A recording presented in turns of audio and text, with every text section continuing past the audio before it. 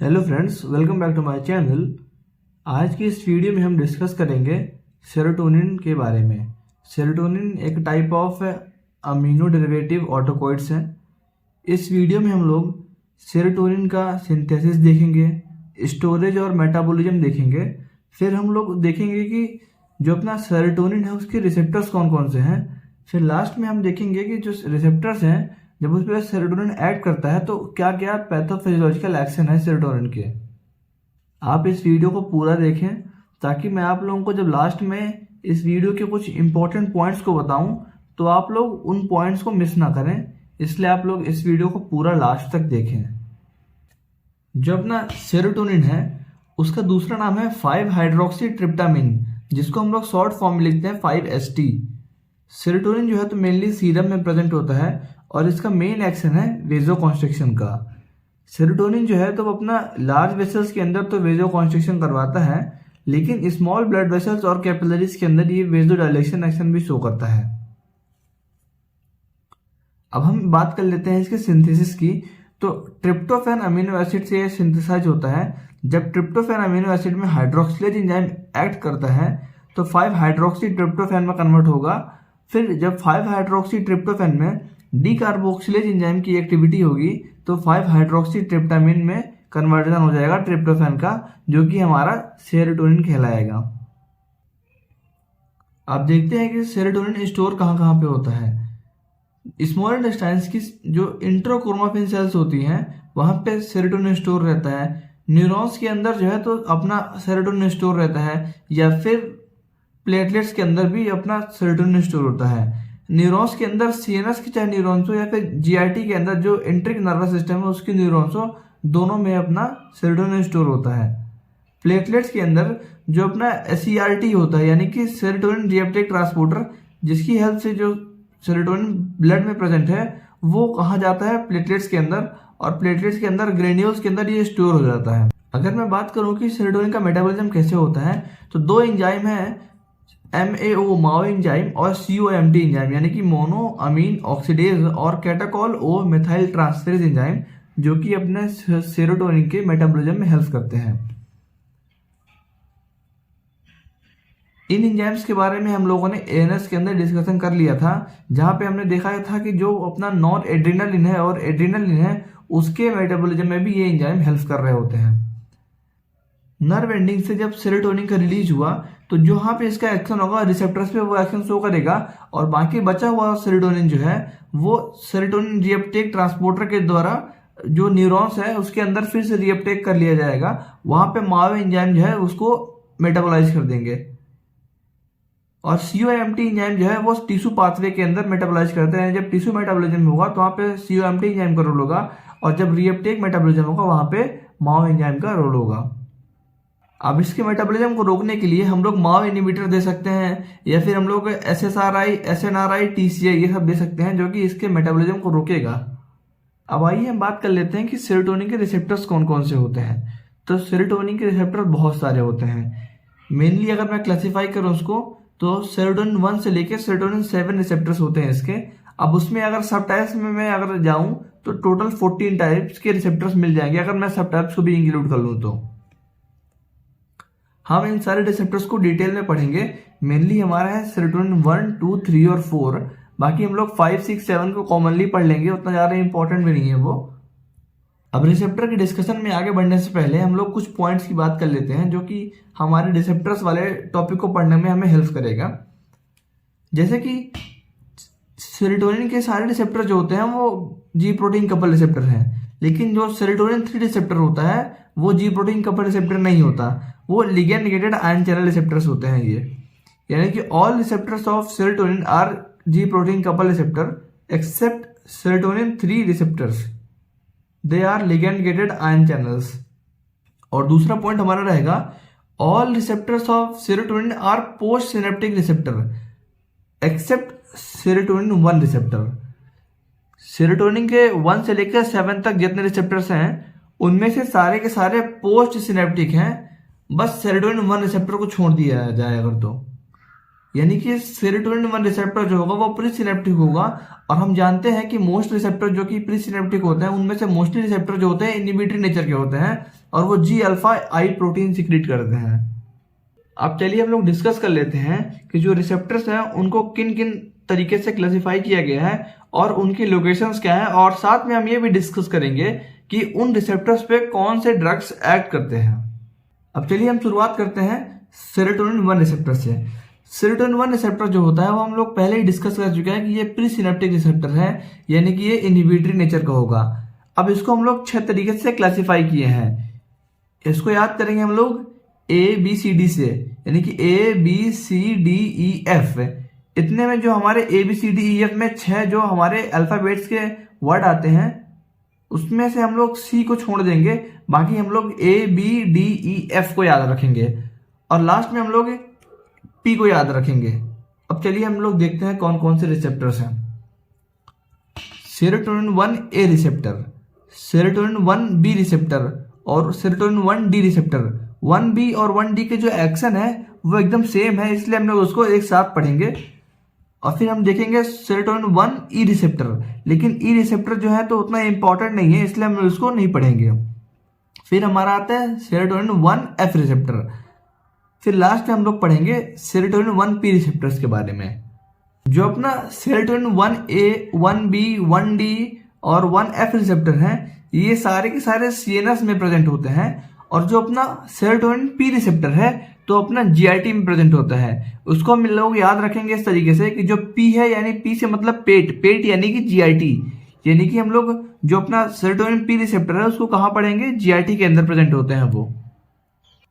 जो अपना serotonin 1 receptor होता है वो CNS के रेफे न्यूक्लियाई में प्रेजेंट है, और जो CNS का रेफे न्यूक्लियाई है वो सेरोटोनिन के रिलीज को बढ़ाता है, जिस वजह से एंजाइटी, यूफोरिया जैसे सिम्टम्स देखने को मिलते हैं। अब हम देख लेते हैं कि उस रिसेप्टर पे कौन सा ड्रग एक्ट करता है। सेरोटोनिन 1 रिसेप्टर पे जब बसपायरोन ड्रग एक्ट करता है तो अपना ये रिसेप्टर स्टिमुलेट होगा, और हम जानते हैं कि जब ये रिसेप्टर स्टिमुलेट होगा, यानी कि 1 रिसेप्टर जब स्टिमुलेट होते हैं वो इनहिबिटरी नेचर के होते हैं, यानी कि सेरोटोनिन के रिलीज को कम कर देगा, तो एंजाइटी, यूफोरिया जैसे एक्शंस देखने को नहीं मिलेंगे, यानी कि उसको सप्रेस करेंगे, इस एक्टिविटी को सप्रेस करेंगे। इसलिए हम लोग बसपिरोन को हम लोग एंटी एंजाइटी ड्रग की जैसे यूज करते हैं, क्योंकि ये सेरोटोनिन के रिलीज को कम करेंगे, और जब सेरोटोनिन का रिलीज कम होगा तो एंजाइटी, यूफोरिया जैसे एक्शंस देखने को नहीं मिलेंगे। अब बात कर लेते हैं हम लोग सेरोटोनिन 1B, 1D के बारे में। तो ये भी CNS में प्रेजेंट होता है, मेडुला वाले रीजन में। ये भी एक टाइप का इनहिबिटरी है। तो ये जब ये स्टिमुलेट होगा, यानी कि जब serotonin 1B, 1D receptor stimulate होते हैं तो ये अपने पेन पाथवेज को इनहिबिट करते हैं, और साथ ही साथ ये CGRP के रिलीज को भी इनहिबिट करते हैं। जब पेन पाथवे इनहिबिट होगा तो जो पेन का सेंसेशन है वो नहीं मिलेगा, और जब CGRP इनहिबिट होता है तो वेजोडाइलेटर एक्शन कम हो जाता है, क्योंकि CGRP strong vasodilator action show करता है, और जब इसका रिलीज इनहिबिट होगा तो अपोजिट में उसके वेजो कॉन्स्ट्रिक्शन होगा। CGRP क्या होता है, ये होता है कैल्सिटोनिन जीन रिलेटेड पेप्टाइड, ये एक प्रकार का स्ट्रॉन्ग वेजोडाइलेटर है। सेरोटोनिन 1B, 1D रिसेप्टर पे अपने ट्रिप्टेंस और एर्गोट डेरिवेटिव जैसे कि एर्गोटामिन, डाइहाइड्रोक्सी एर्गोटामिन, ये टाइप के ड्रग एक्ट करते हैं इस पे, और ये जो है तो इनहिबिटरी नेचर के हैं। तो इस वजह से क्या होगा कि जब ये ड्रग उस पर एक्ट करेंगे सेरोटोनिन 1B और 1D रिसेप्टर्स पे, तो जब ये रिसेप्टर स्टिमुलेट होंगे तो इनहिबिटरी एक्शन शो करेंगे। इनहिबिटरी एक्शन शो करने की वजह से क्या होगा कि पेन पाथवे जो एक्टिवेट था वो इनहिबिट हो जाएगा, और साथ ही साथ जो अपना वेजो कॉन्स्ट्रिक्शन है वो एक्शन शो होगा। तो कंक्लूजन की अगर मैं बात करूं तो पेन सेंसेशन कम हो जाएगा, और साथ ही साथ सेरिब्रल वेजो कॉन्स्ट्रिक्शन हो जाएगा। इसलिए हम लोग इसको माइग्रेन के ट्रीटमेंट के अंदर दे सकते हैं। ट्रिप्टेंस का और एर्गोट डेरिवेटिव्स का मेन रोल होता है माइग्रेन के ट्रीटमेंट के अंदर, अगर जब सीवियर अटैक आते हैं, ये वेरी सीवियर अटैक आते हैं माइग्रेन के। तो नेक्स्ट है हमारा serotonin 1F receptor. Serotonin 1F receptor भी थोड़ा बहुत लगभग सेरोटोनिन 1B, 1D जैसे ही काम करता है, लेकिन ये CGRP की रिलीज पे कोई इफेक्ट नहीं डालता है। बस ये जो है तो अपना जो पेन पाथवेज थे उसको बस इनहिबिट कर पाता है, यानी कि जब ये रिसेप्टर स्टिमुलेट होंगे CNS में जो प्रेजेंट थे, तब हमारा जो पेन पाथवे है वो इनहिबिट हो जाएगा, इसलिए पेन सेंसेशन नहीं आएगा। इसका भी इंडिकेशन है माइग्रेन के अंदर कि जो अपना पेन होता है माइग्रेन के अंदर उसको ठीक करने में हम लोग इस रिसेप्टर के स्टिमुलेटरी ड्रग को यूज करते हैं। जिससे कौन सा ड्रग इस पे एक्ट करता है? लेस्मीडाइटन। लेस्मीडाइटन जब 5-HT1F रिसेप्टर पे यानी कि सेरोटोनिन 1F रिसेप्टर पे जब एक्ट करेगा, जब ये रिसेप्टर स्टिमुलेट होंगे, तो इनहिबिटरी रिएक्शन होगा, यानी कि पेन पाथवे अपना इनहिबिट हो जाएगा। जब पेन पाथवे इनहिबिट होगा तो माइग्रेन के अंदर इसको हम लोग यूज कर सकते हैं। लेकिन इसका कोई CGRP के रिलीज पे कोई इफेक्ट नहीं रहता, इसलिए वेसोकंस्ट्रिक्शन ये नहीं करवाता है। अब लास्ट में हम पढ़ेंगे सेरोटोनिन 1P रिसेप्टर्स के बारे में, क्योंकि 1E रिसेप्टर तुमको पढ़ने नहीं है, तो लास्ट में हमारा क्या बचा? Serotonin 1P receptor. Serotonin 1P receptor जो होते हैं GIT के अंदर प्रेजेंट होते हैं। जब ये रिसेप्टर स्टिमुलेट होंगे तो इनहिबिटरी रिएक्शन होने की वजह से जो पेरिस्टाल्सिस है वो स्लो डाउन हो जाएगा और GIT की मोटिलिटी जो है वो कम हो जाएगी। हमारा नेक्स्ट रिसेप्टर है सेरोटोनिन 2 रिसेप्टर। सेरोटोनिन 2 रिसेप्टर को हम लोग 3 तरीका से डिवाइड किए हैं, सेरोटोनिन 2A, 2B और 2C रिसेप्टर।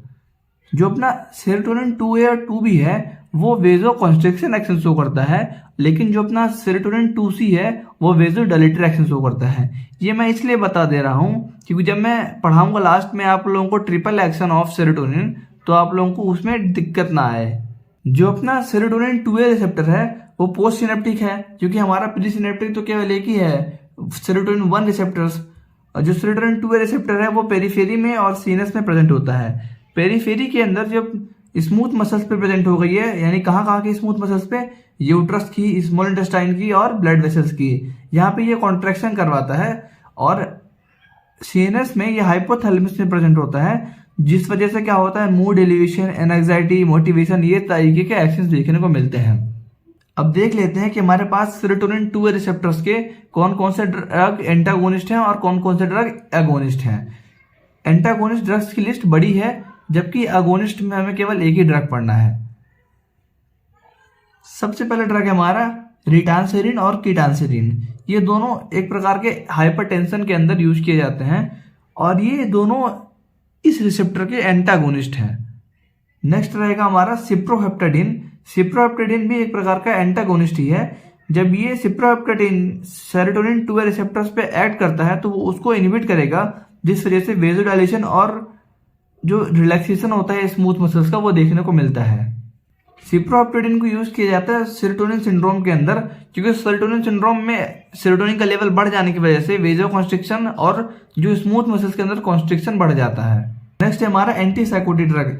एंटीसाइकोटिक ड्रग जो होते हैं वो सेरोटोनिन 2A रिसेप्टर को इनहिबिट करते हैं, यानी कि ये भी एक प्रकार के एंटागोनिस्ट ही हैं इस रिसेप्टर के। और जब सेरोटोनिन 2A रिसेप्टर इनहिबिट होगा तो सीनस के जो सेंटर्स हैं वो भी इनहिबिट हो जाएंगे। नेक्स्ट लास्ट में है हमारा एर्गोमेट्रिन। एर्गोमेट्रिन जो है वो एक प्रकार का अगोनिस्ट है। एर्गोमेट्रिन जब इस रिसेप्टर पे एक्ट करता है तो ये रिसेप्टर स्टिमुलेट होंगे, जिस वजह से यूट्राइन कॉन्ट्रैक्शन इंक्रीज होगा और ब्लीडिंग जो है तो वो रुक जाएगी, क्योंकि जब यूट्राइन कॉन्ट्रैक्शन होगा तो जो अपने ब्लड वेसल्स हैं वो भी कॉन्ट्रैक्ट हो जाएंगी। जब ब्लड वेसल्स कॉन्ट्रैक्ट होंगी तो ब्लीडिंग जो है तो रुक जाएगी। इसको हम लोग यूज करते हैं पोस्टपार्टम हेमरेज के अंदर।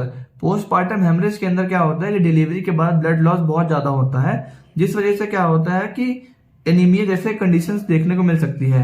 इसलिए इसको स्टॉप करने के लिए हम लोग एर्गोमेट्रिन देते हैं, जो कि यूट्राइन कॉन्ट्रैक्शन करवाएगा, जिस वजह से ब्लड वेसल्स में कॉन्स्ट्रिक्शन होगा, जिससे क्या होगा कि ब्लीडिंग रुक जाएगी। फिर नेक्स्ट है हमारा serotonin 2B receptor. Serotonin 2B receptors mainly blood vessels में प्रेजेंट होते हैं और ये वेसोकंस्ट्रिक्शन शो करते हैं। इसमें कौन कौन से ड्रग ऐड करेंगे? एर्गोट डेरिवेटिव्स जो होंगे वो इस पे ऐड करते हैं, वो वेसोकंस्ट्रिक्शन शो करते हैं। इवन ये इतना वेसोकंस्ट्रिक्शन शो कर देते हैं कि एंडोथेलियम वो भी डैमेज कर जाती है। और एर्गोट डेरिवेटिव के साइड इफेक्ट की अगर मैं बात करूं तो ये डैमेज कर देते हैं हार्ट वॉल्व को, क्योंकि ये मैसिव वेसोकंस्ट्रिक्शन शो करते हैं। लास्ट में हम बात करेंगे सेरोटोनिन 2C रिसेप्टर्स के बारे में। तो इसकी 2 लोकेशन है मेनली, सीएनएस के अंदर हाइपोथैलेमस में और ब्लड वेसल्स के अंदर एंडोथेलियम में। जब एंडोथेलियम में ये रिसेप्टर स्टिमुलेट होंगे तो एनओ का रिलीज बढ़ जाएगा। एनओ का रिलीज बढ़ने की वजह से क्या होता है कि वेसोडाइलेशन होता है, क्योंकि हम जानते हैं कि जो अपना नाइट्रिक ऑक्साइड है उसका वेसोडाइलेटर एक्शन होता है। टोपिरामेट एक ड्रग है जो कि इस रिसेप्टर का अगोनिस्ट है। हाइपोथैलेमस के अंदर वेंट्रोमीडियल न्यूक्लियस पे प्रेजेंट सेरोटोनिन 2C रिसेप्टर इस ड्रग के देने की वजह से स्टिमुलेट होता है, जिससे जो अपना सैटिस्फैक्टरी सेंटर है वो भी स्टिमुलेट होता है, यानी कि हमें ऐसा लगेगा कि भूख नहीं लगेगी। आइए हम बात कर लेते हैं कि इस रिसेप्टर के कुछ एंटागोनिस्ट ड्रग के बारे में। तो सिप्रोहेप्टेडिन और एंटीसाइकोटिक ड्रग जो है तो इस रिसेप्टर के एंटागोनिस्ट हैं। ये रिसेप्टर को इनहिबिट कर देते हैं, जिस वजह से फूड इंटेक बढ़ जाता है, क्योंकि सैटिस्फैक्टरी सेंटर इनहिबिट हो जाता है तो फिर हमारे अंदर ऐसा लगता है कि और खाओ, इसलिए फूड इंटेक बढ़ जाता है, तो weight gain as a side effect हो जाता है। इसको हम लोग इंडिकेट करते हैं कैकेक्सिया के ट्रीटमेंट के अंदर। कैकेक्सिया क्या होता है, तो कैंसर पेशेंट्स के अंदर वेट लॉस हो जाना ही कैकेक्सिया होता है, और उसको ट्रीट करने के लिए हम लोग क्या करते हैं, सिप्रोहेप्टेडिन और एंटीसाइकोटिक ड्रग्स देते हैं, जो कि हमारे सेरोटोनिन 2C रिसेप्टर्स को इनहिबिट करेंगे, जिससे सैटिस्फैक्टरी सेंटर इनहिबिट हो जाएगा तो फूड इंटेक बढ़ जाएगा। जो वेट लॉस हो रहा था कैंसर की वजह से वो अब कम हो जाएगा। अब आइए हम बात कर लेते हैं सेरोटोनिन 3 रिसेप्टर्स के बारे में। तो हम ये पहले भी डिस्कस कर चुके हैं कि सेरोटोनिन के जितने भी रिसेप्टर होते हैं उसमें से जो सेरोटोनिन 3 रिसेप्टर होता है वो लिगेंड नेगेटेड आयन चैनल्स है। बाकी सारे के सारे अपने कौन से होते हैं, बाकी सारे के सारे जो होते हैं वो अपने जी प्रोटीन कपल रिसेप्टर्स होते हैं। अब इसकी लोकेशंस की बात करूं तो इसकी 3 मेन लोकेशंस हैं, एंट्रिक नर्वस सिस्टम यानी कि स्मॉल इंटेस्टाइन, हार्ट के अंदर और सीएनएस के अंदर। ये स्टिमुलेटरी नेचर के होते हैं, तो ये सारे जगह को स्टिमुलेट करते हैं। एंट्रिक नर्वस सिस्टम में जब जो अपने नर्व्स प्रेजेंट है उसको स्टिमुलेट करेंगे ये, तो पेरिस्टाल्सिस बढ़ जाएगा। हार्ट के अंदर वेगस स्टिमुलेशन बढ़ा देते हैं, जिसलिए हार्ट की एक्टिविटी बढ़ जाती है। और सीएनएस के अंदर जो वोमिटिंग सेंटर्स होता है यानी वो एरिया पोस्ट्रीमा, उसको भी स्टिमुलेट कर देता है, यानी कि वोमिटिंग वगैरह होने के चांसेस होते हैं। अब एक ड्रग है हमारा ऑन्डेनस्टेरॉन। ऑन्डेनस्टेरॉन जो होता है वो सेरोटोनिन 3 रिसेप्टर्स को इनहिबिट करता है, जिसलिए हम लोग इसको यूज करते हैं हम लोग as a anti emetic drug. इसका इंडिकेशन की अगर मैं बात करूं तो हम लोग कब देते हैं, तो कीमोथेरेपी इंड्यूस नोजिया वॉमिटिंग की वजह से, यानी कि कोई अगर कीमोथेरेपी चल रही थी उस वजह से नोजिया वॉमिटिंग हुई, उस केस के अंदर हम लोग इस ड्रग को देते हैं वॉमिटिंग को रोकने के लिए। लेकिन इसके साइड इफेक्ट की मैं बात करूं तो ये कॉन्स्टिपेशन और एरिथमिया ऐसा साइड इफेक्ट कॉज करता है। हम बात करते हैं सेरोटोनिन 4 रिसेप्टर्स के बारे में। तो इसकी लोकेशन जो है तो जीआईटी के अंदर है, ज्यादा इसकी लोकेशन नहीं है कहीं, बस जीआईटी के अंदर ये प्रेजेंट होता है। जीआईटी के अंदर ये स्टिमुलेटरी एक्शन शो करेगा, यानी कि स्टाइल कूलिंग की रिलीज को बढ़ाता है, जिस वजह से पेरिस्टाल्सिस बढ़ जाता है। एक ड्रग है हमारा सीजाप्राइड। सीजाप्राइड जो है तो पेरिस्टाल्सिस को इंक्रीज करता है और हमारे लोअर इसोफेजियल स्फिंक्टर के टोन को इंक्रीज करता है, इसलिए हम लोग इसको इंडिकेट करते हैं जीईआरडी यानी कि गैस्ट्रो इसोफेजियल रिफ्लक्स डिसीज के ट्रीटमेंट के अंदर। जीईआरडी में जो स्टमक का कंटेंट है वो इसोफेगस में चला जाता है।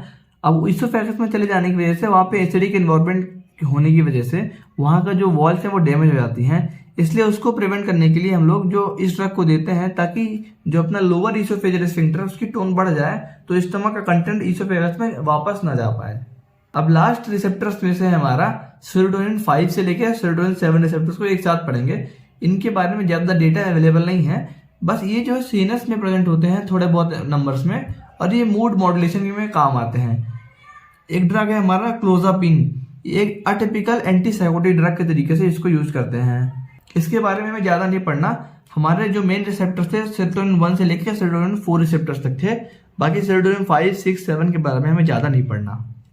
अब आइए हम बात कर लेते हैं पैथोफिजियोलॉजिकल रोल ऑफ सेरोटोनिन, यानी कि सेरोटोनिन का हमारी बॉडी के अंदर कहाँ कहाँ पे एक्शंस हैं उसको देखेंगे हम लोग।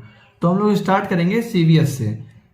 जब सेरोटोनिन को आईवी रूट के थ्रू देते हैं तो ये स्मॉल ब्लड वेसल्स और कैपिलरीज के अंदर वेजोडाइलेशन एक्शन शो करता है, क्योंकि जो अपना रिसेप्टर वहां पे सेरोटोनिन 2C रिसेप्टर है, उस वजह से ये नाइट्रिक ऑक्साइड का लेवल बढ़ाएगा और वहां पे वेजोडाइलेशन शो करेगा। लेकिन ये लार्ज ब्लड वेसल्स के अंदर वेजो कॉन्स्ट्रिक्शन शो करता है, और मेनली ये वेन्स के अंदर ज्यादा वेजो कॉन्स्ट्रिक्शन शो करता है कंपेयर टू आर्टरीज के अंदर। जब वेन्स के अंदर वेजो कॉन्स्ट्रिक्शन बढ़ जाता है तो वहां पे क्या होगा, जब वेन्स के अंदर वेजो कॉन्स्ट्रिक्शन होगा तो वहां पे कॉन्स्ट्रिक्शन होने की वजह से ज्यादा ब्लड फ्लो होगा हार्ट की तरफ, यानी कि एंड डायस्टोलिक वॉल्यूम बढ़ जाएगा, जिस वजह से कार्डियक आउटपुट और हार्ट रेट बढ़ जाएगी। यहाँ पे हार्ट रेट इनडायरेक्टली बढ़ रही है, लेकिन जो अपना हार्ट के अंदर सेरोटोनिन 3 रिसेप्टर्स होते हैं वो जब स्टिमुलेट होते हैं तो हार्ट रेट डायरेक्टली बढ़ती है। अब हम लोग इसके सीवीएस के अंदर ट्रिपल रिस्पॉन्स देखेंगे। ट्रिपल रिस्पॉन्स को एनिमल एक्सपेरिमेंट के अंदर देखा गया है। जब सेरोटोनिन को आईवी रूट के थ्रू देते हैं तो पहले ब्लड प्रेशर में फॉल आता है, उसके बाद फिर राइज होता है ब्लड प्रेशर के अंदर, उसके बाद सस्टेन्ड फॉल होता है ब्लड प्रेशर के अंदर। इसी को हम लोग बोलते हैं ट्रिपल रिस्पॉन्स ऑफ सेरोटोनिन। अब चलिए एक एक करके देखते हैं कि इन तीनों रिस्पॉन्सेस के पीछे रीजन क्या है।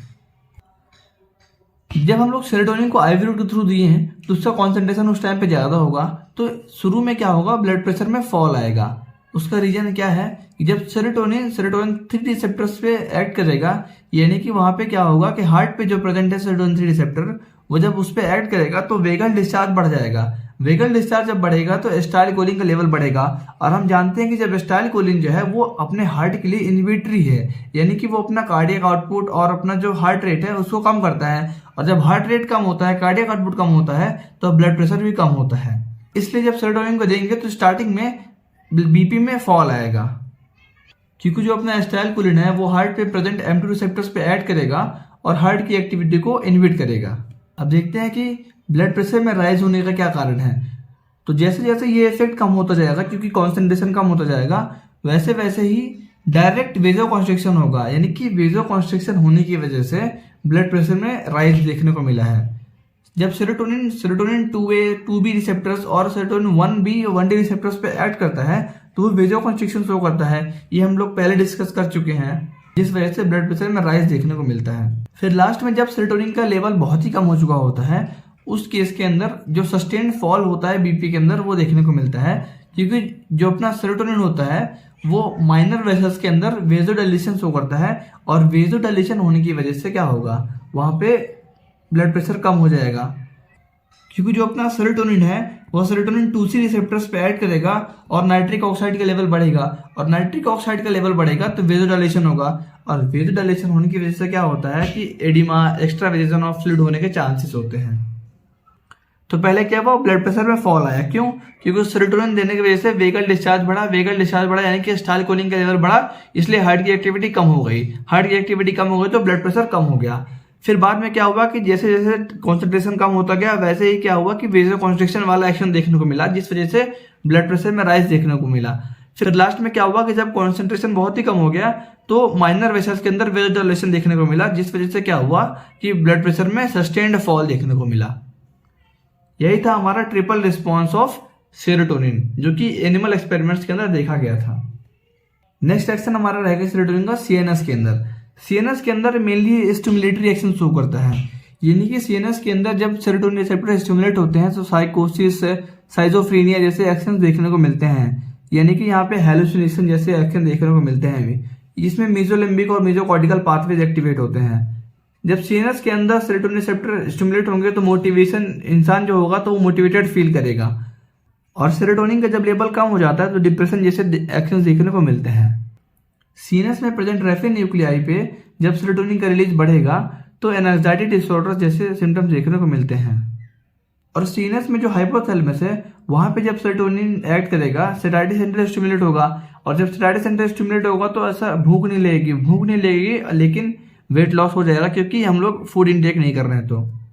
और पीनियल ग्लैंड के अंदर जो सीएनएस में सेरोटोनिन रिलीज होता है वो मेलेटोनिन में कन्वर्ट होता है, और मेलेटोनिन जो होता है तो मेलेटोनिन 1 और मेलेटोनिन 2 रिसेप्टर्स पे ऐड करेगा, जो कि मेंटेन करता है स्लीप साइकिल्स, यानी कि हमारे सर्केडियन रिदम को मेंटेन करने के लिए भी सेरोटोनिन का रोल होता है। और लास्ट में अपना देखेंगे कि सेरोटोनिन जो है वो serotonin 1B 1D 1F receptors पे एक्ट करेगा, और ये पेन पाथवेज को इनहिबिट करता है, यानी कि माइग्रेन के ट्रीटमेंट में काम आता है। नेक्स्ट पैथोफिजियोलॉजिकल एक्शन है जीआईटी के अंदर। जीआईटी के अंदर ये पेरिस्टाल्सिस को इंक्रीज करता है serotonin 2A, serotonin 3, serotonin 4, serotonin 1P receptors पे ऐड करके।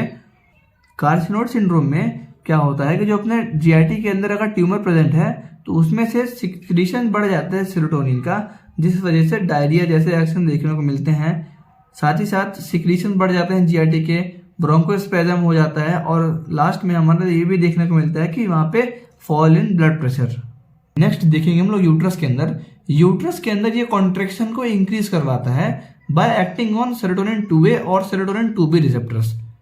जो अपना सेरोटोनिन है वो अपर और लोअर दोनों सेगमेंट का कॉन्ट्रैक्शन करवाता है, इसलिए हम लोग इसको यूज कर सकते हैं पोस्टपार्टम हेमरेज के ट्रीटमेंट के अंदर। लेकिन हम लोग सेरोटोनिन को लेबर इंडक्शन में यूज नहीं कर सकते हैं, क्योंकि ये अपर और लोअर पार्ट दोनों का कॉन्ट्रैक्शन करवाता है, और हमें लेबर के लिए वो भी ड्रग्स देने पड़ते हैं जो कि अपर पार्ट का कॉन्ट्रैक्शन करवाएं तो लोअर पार्ट की डायलेशन करवाएं, ताकि जो बेबी है उसकी डिलीवरी प्रॉपर तरीके से हो सके। और जब हम लोग इसको दे देंगे तो अपर पार्ट में कॉन्ट्रैक्शन कर देगा, लोअर पार्ट में कॉन्ट्रैक्शन कर देगा, तो जो फीटस है उसका मूवमेंट नहीं हो पाएगा। और प्लेटलेट्स के एग्रीगेशन में भी सेरोटोनिन का रोल होता है, क्योंकि प्लेटलेट्स के अंदर सेरोटोनिन स्टोर होते हैं। और वेरिएंट एंजाइना यानी कि जो अपना हार्ट है उसकी जो वेसल्स होती है उसमें वेजो कॉन्स्ट्रिक्शन हो जाता है, उसके अंदर भी सेरोटोनिन के एक्शन देखने को मिले हैं। तो ये बात हुई हमारी सेरोटोनिन के बारे में। हम लोगों ने इसमें उसके रिसेप्टर्स, मेटाबॉलिज्म, स्टोरेज, सिंथेसिस सब कुछ देख लिया, और साथ में हम लोग लास्ट में देखे हैं कि उसके क्या पैथोफिजियोलॉजिकल एक्शंस है हमारी बॉडी के अंदर। अब हम अगर इसकी इंपॉर्टेंट पॉइंट्स की बात करें तो हमको इसमें वो रिसेप्टर्स पढ़ने हैं जो सेरोटोनिन 1 से लेकर सेरोटोनिन 4 तक के हैं, और हम लोग उसको 1-2 बार प्रैक्टिस कर लेंगे तो वो रिसेप्टर्स हमें याद हो जाएंगे। और लास्ट में हमको ध्यान रखना है कि जो इसके पैथोफिजियोलॉजिकल एक्शंस हैं वो कौन कौन से हैं। अगर आपको ये वीडियो पसंद आई हो तो वीडियो को लाइक करें और हमारे चैनल को सब्सक्राइब करना ना भूलें, ताकि आप लोगों से ऐसे कोई लेक्चर मिस ना हो जो कि आप लोगों के यूनिवर्सिटी एग्जाम के अंदर उससे सवाल बन जाए। और आप लोग इस चैनल को शेयर करिए ताकि ये वीडियो ज्यादा से ज्यादा लोगों के पास पहुंच सके। हम लोग नेक्स्ट वीडियो के अंदर माइग्रेन के ड्रग थेरेपी के बारे में डिस्कस करेंगे, तो वो बहुत इंपॉर्टेंट लेक्चर रहेगा, इसलिए आप लोग उसको मिस ना करें। आज की वीडियो के लिए इतना ही, मिलते हैं अगली वीडियो पे, तब तक के लिए गुड बाय।